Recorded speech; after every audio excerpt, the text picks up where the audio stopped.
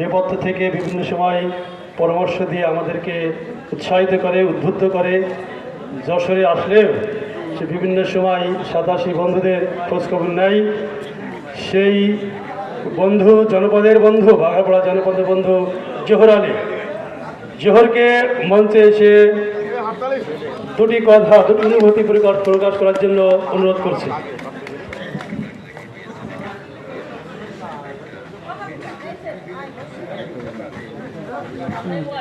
উপস্থিত সকল 87 বন্ধু, যশোর এবং যশোরের বাইরেও কিছু কিছু আছে, সবাইকে ঈদ মোবারক, আসসালামু আলাইকুম।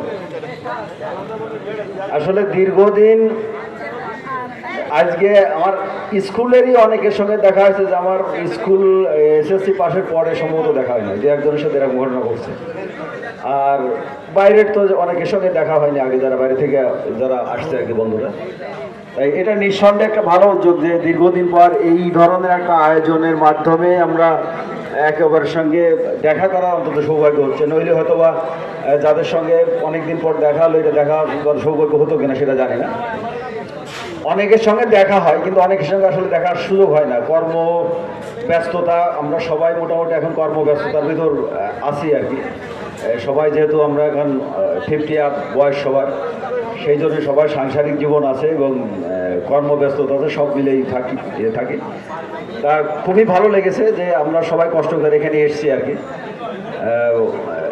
আর এই ধরনের উদ্যোগ আমাদের